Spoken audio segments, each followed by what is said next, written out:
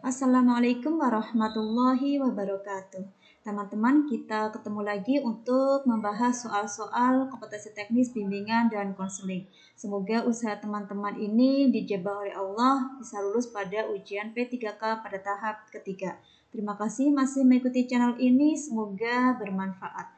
Nah, kita bahas soal yang pertama. Jenis tes intelijensi yang digunakan untuk mengukur anak-anak usia 5-11 tahun adalah A. SPM, B. CPM, C. EPM, D. MPM. Biasanya untuk soal-soal jenis tes itu keluar ada tes intelijensi, juga kadang tes bakat.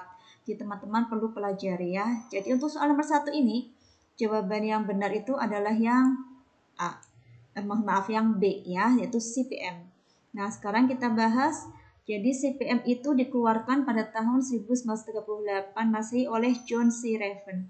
Merupakan salah satu tes reference progressive metric atau sering disebut hanya sebagai metric reference. Pertama kali digunakan dalam penelitian mengenai asal-usul genetik dan lingkungan dari kemampuan kognitif. Tujuan tes CPM adalah untuk mengungkapkan taraf kecerdasan atau mengukur intelijensi umum, di mana CPM dapat mendeskripsikan kemampuan abstrak atau pemahaman nonverbal. Peserta tes CPM adalah anak-anak berusia 5-11 tahun, nah ini ya, 5-11 tahun baik normal maupun bagi anak abnormal. Dapat juga digunakan untuk orang-orang yang lanjut usia dan bahkan untuk anak-anak defektif. Nah, kita lanjutkan ke soal nomor 2. Guru BK memberikan layanan menggunakan poster yang tidak pernah diperbarui dari waktu ke waktu.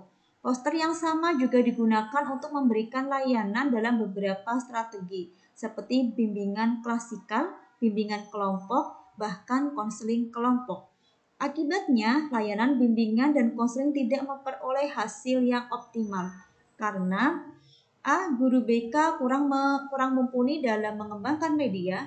B. Media yang dikembangkan tidak sesuai dengan karakteristik siswa. C. Siswa hafal dengan media yang disampaikan sehingga bosan. D. Tidak semua media cocok untuk semua tujuan layanan BK. Nah, kira-kira jawaban yang benar mana ya? Yaitu yang D. Jadi tidak semua media cocok untuk semua tujuan layanan BK. Asinkronus merupakan komunikasi yang bersifat satu arah sehingga cenderung kurang efektif untuk dilaksanakan. Adapun sinkronus merupakan komunikasi yang bersifat dua arah sehingga memungkinkan guru BK dan siswa dapat berkomunikasi secara langsung. Berikut ini merupakan contoh sinkronus, yaitu A. Radio, televisi, telepon, B. Email, TV, video conference, C. Email, radio, televisi, D. Telepon, video conference, chat teks. Di sini itu yang ditanyakan adalah sinkronus. Berarti yang komunikasinya itu bisa bersifat dua arah. Jadi jawaban yang benar adalah yang D, yaitu telepon, video conference, dan chat teks. Kita lanjutkan kembali. Komponen-komponen dalam proposal penelitian bimbingan dan konseling adalah A. Judul, latar belakang, rumusan masalah dan pertanyaan penelitian, tujuan penelitian, manfaat penelitian, kerangka konseptual atau kajian pustaka, hipotesis, tindakan, dan metode penelitian. B. Judul, latar belakang, rumusan masalah dan pertanyaan penelitian, tujuan penelitian, manfaat penelitian, kerangka konseptual atau kajian pustaka, hipotesis, tindakan, dan anggaran. C. Judul, latar belakang, rumusan masalah dan pertanyaan penelitian, tujuan penelitian, manfaat penelitian, kerangka konseptual atau kajian pustaka, hipotesis, tindakan, dan alokasi waktu. D. Judul, latar belakang, rumusan masalah dan pertanyaan penelitian, tujuan penelitian, manfaat penelitian, kerangka konseptual atau kajian pustaka, hipotesis, tindakan, dan pihak yang dilibatkan. Kayaknya membacanya banyak sekali ya, padahal di sini itu yang dibedakan tuh hanyalah yang paling belakang saja. Nah, untuk proposal penelitian bimbingan dan konseling itu, jawaban yang benar adalah yang A. Jadi di sini itu ada metode penelitian. Kalau yang B ini hipotesis, tindakan, anggaran tidak perlu ya. Tidak perlu kita mencantumkan anggaran, alokasi waktunya juga tidak perlu. Kemudian di sini pihak yang dilibatkan juga tidak perlu. Jadi jawaban yang benar itu adalah yang A. Kiki adalah siswa yang sudah beberapa kali melakukan konseling dan akan direferal kepada dokter karena permasalahannya melebihi wewenang konselor. Akan tetapi, Kiki menolak diadakannya referal. Maka yang harus dilakukan konselor adalah A. Memberikan Kiki konseling dengan pendekatan lain, B. Mengganti guru BK untuk mengatasi, C. Melakukan terminasi, D. Merayu dan meminta konseling untuk bersedia. Jika teman-teman menjadi guru BK, berarti apa yang harus dilakukan? Yaitu yang D. Kita merayu dan meminta konseling untuk bersedia. Kalau kita mengganti dengan pendekatan lain tidak mungkin karena di sini adalah permasalahannya melebihi wewenang dari konselor. Mengganti guru BK juga tidak sesuai, apalagi untuk melakukan terminasi.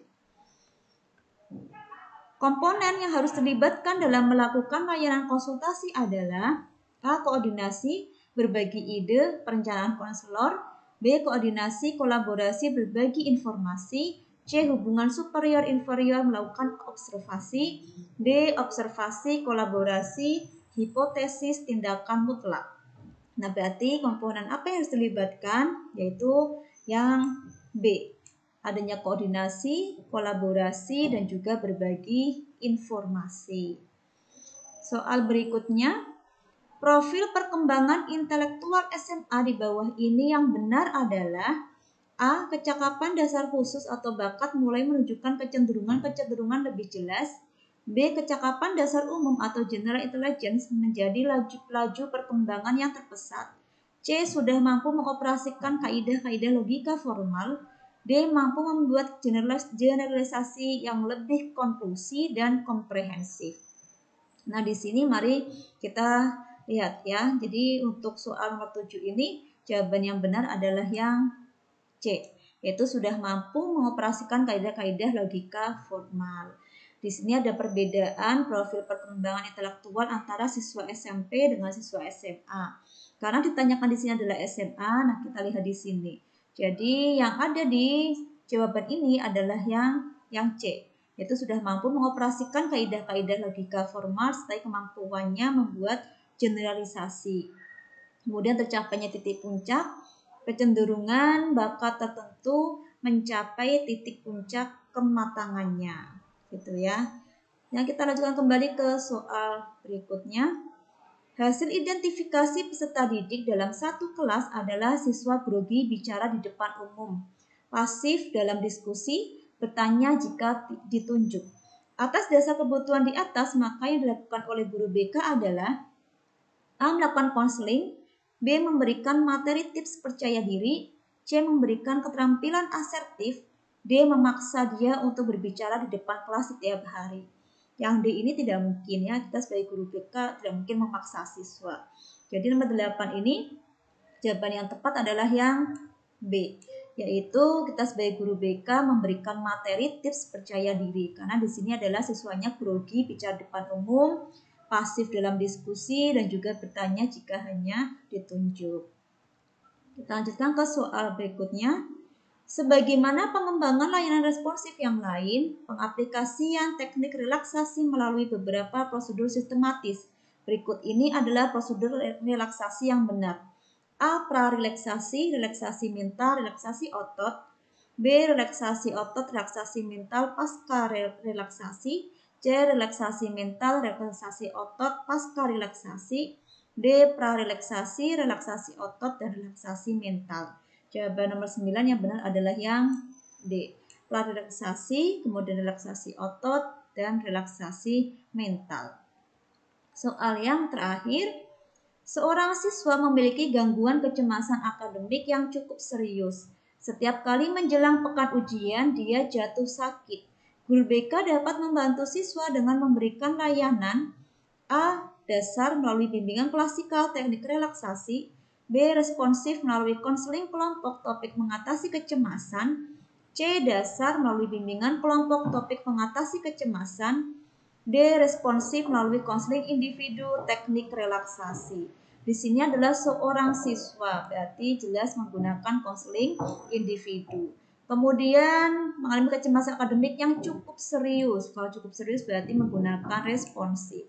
Jawaban yang benar adalah yang D. yaitu responsif melalui konseling individu, teknik relaksasi. Berikut beberapa soal yang bisa saya sampaikan, semoga membantu teman-teman untuk terus belajar, mengasah otak kita, pemahaman kita, sehingga nanti teman-teman berang kelulusan pada ujian P3K tahap ketiga. Terima kasih sudah mengikuti channel ini, mohon maaf apabila ada kekurangan dan kesalahan. Wassalamualaikum warahmatullahi wabarakatuh.